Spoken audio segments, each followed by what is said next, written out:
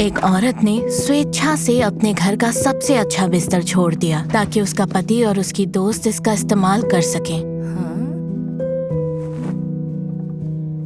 Margaret, माफ करना लेकिन जूली का घर आज रात खाली नहीं है। ओह, तो तुम जूली हो? जैसा मुझे बताया था तुम तो उससे भी ज्यादा खूबसूरत हो।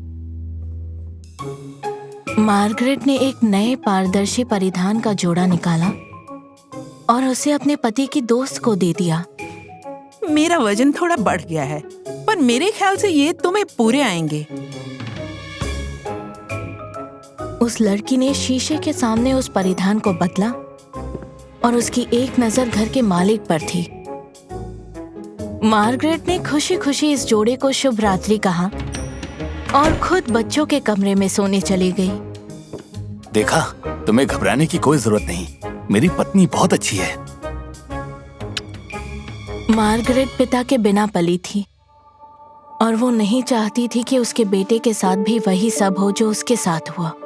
तो जब उसकी और जॉन की शादी खत्म हुई तो उन्होंने तलाक ना लेने का फैसला किया और अपने बेटे के खातिर परिवार को जोड़े रखने का दिखावा किया। जब मार्गरेट सोकर उठी तो उसका बेटा वहां नहीं था और उसे स्विमिंग पूल में किसी के तैरने की आवाज आई। ये जूली थी जो उस लड़के के सामने बिकिनी पहने अपने शरीर का प्रदर्शन कर रही थी और वो उसकी तस्वीरें ले रहा था। हमारा समझौता हुआ था, तुम जिसके साथ चाहो सो सकते हो, पर हमारा बेटा उनसे कभी नहीं मिलेगा, ना ही कभी बात करेगा। चिंता मत करो, मैं उसे कह दूंगा वो तैराकी की प्रशिक्षक है। मार्गरेट अपने पति के जवाब से खुश नहीं थी। उस शाम जब जॉन काम के बाद घर वापस आया, उसने अपने बेटे को मोटरसाइकिल पर एक अजनबी के साथ देखा जिसके शरीर पर टैटूज थे और फिर उसे पता चला कि वो मार्गरेट का प्रेमी था।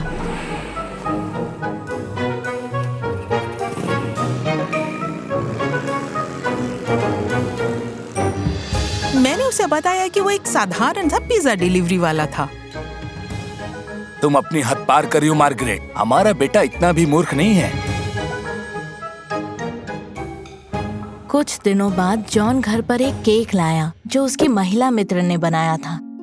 यह हमारे बेटे के जन्मदिन की पार्टी के लिए है। मुझे लगता है कि हमें जूली को भी बुलाना चाहिए।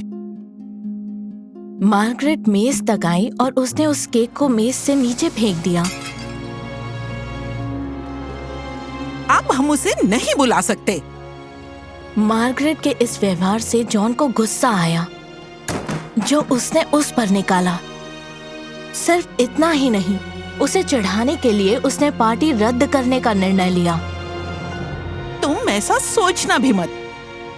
हाँ, मैं करूंगा। जो पैसा देगा वही तय करेगा। मैं अभी कैफे में फोन करता हूँ। इसी बीच उनका बेटा जो साथ वाले कमरे में था, उसने सुन लिया कि उसके पिता पार्टी रद्द कर रहे हैं।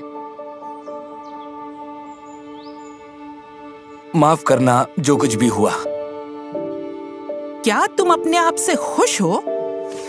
तभी उन दोनों को खिड़की के जोर से बंद होने की आवाज आई। वो दोनों कमरे की तरफ भागे और उन्होंने देखा कि उनका बेटा अब कमरे में नहीं था। वो गलियारे में भी नहीं था। वो स्केटिंग रिंग में भी नहीं था जहां उसके होने की उम्मीद थी। वो स्कूल में भी नहीं था। जॉन और मार्गरेट ने उसे ढूंढने के लिए अपने अपने प्रेमियों की मदद लेने का सोचा। एक बुरी खबर है। हमारा बेटा खो गया है। और पता चला कि उनके प्रेमी ये जानते थे कि वो लड़का कहाँ हो सकता है। उन्हें सचमुच बच्चे की सुरक्षा की चिंता थी। उसके माता पिता के विपरीत, जो कि पिछले काफी समय से सिर्फ अपने झगड़ों में ही व्यस्त थे।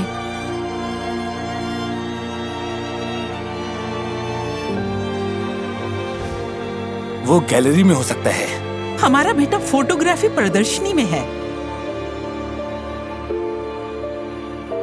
जॉन और मार्गरेट नहीं जानते थे कि उनके बेटे के चित्र खुशमिजाज लोग प्रदर्शनी के लिए चुने गए हैं।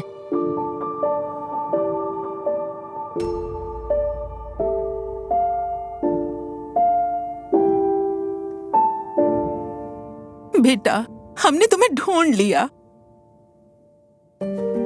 उस लड़के के सहपाठियों की तस्वीरों से दीवारें भरी हुई थी, और उनके पड़ोसियों की भी, और उनके माँ बाप के प्रेमियों की भी, जबकि मार्गरेट और जॉन की कोई भी तस्वीर वहां नहीं थी। लड़के ने कहा कि उसने काफी समय से अपने माँ बाप को खुश नहीं देखा है।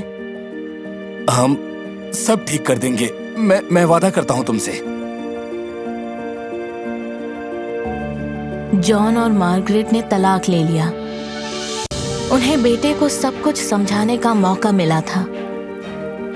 वो अपने जीवन में फिर से खुशियां ले आए। एक बच्चा खुशहाल माँ बाप चाहता है, चाहे वो साथ हो या ना हो।